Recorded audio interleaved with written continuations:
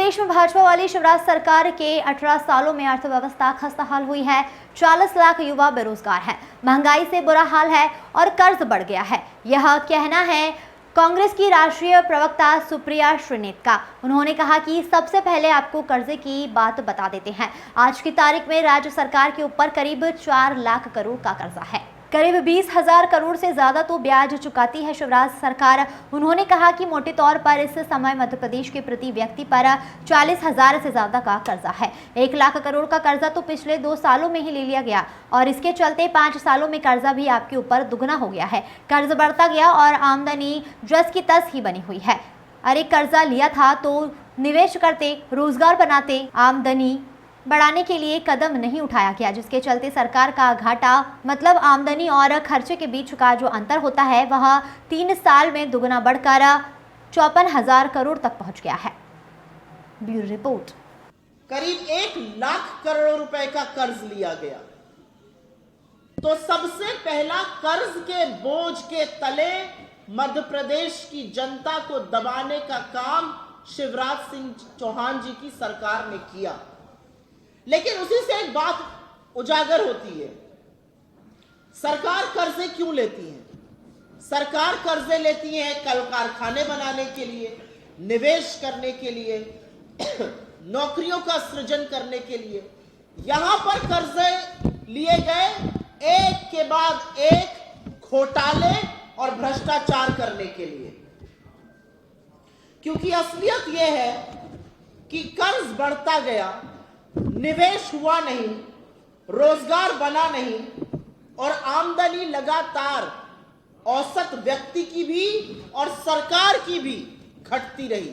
और ये मेरा दूसरा पॉइंट है यहां पर कि आमदनी अठन्नी और खर्चा रुपया के चलते आपने अपनी आमदनी नहीं बढ़ाई, क्योंकि आपने कल कारखाने नहीं लगाए, कोई इंडस्ट्री नहीं लगाई, कोई बड़े उद्योग घरानों को यहां पे इन्वेस्ट नहीं कराया, जिसके चलते आपकी आमदनी जस की तस रही, आपने खर्चा बढ़ाया और जो उनका अंतर होता है, जो वित्तीय घाटा होता है, वो तिगुना हो गया महज 3 साल में। 18,000 करोड़ रुपए होता था वित्तीय वर्ष 2021 में, आज की तारीख में वो 54,000 करोड़ रुपए क्रॉस कर गया। तो कर्ज भी बढ़ाया और घाटा भी बढ़ाया, क्योंकि आमदनी आपकी जस की तस रही, आपने उसके बारे में कुछ नहीं किया।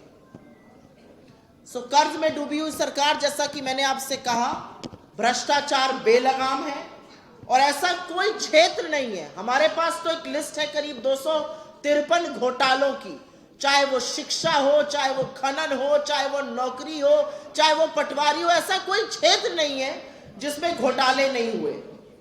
लेकिन इस सब का डायरेक्ट असर मध्य प्रदेश के युवा पर कैसे पड़ता है?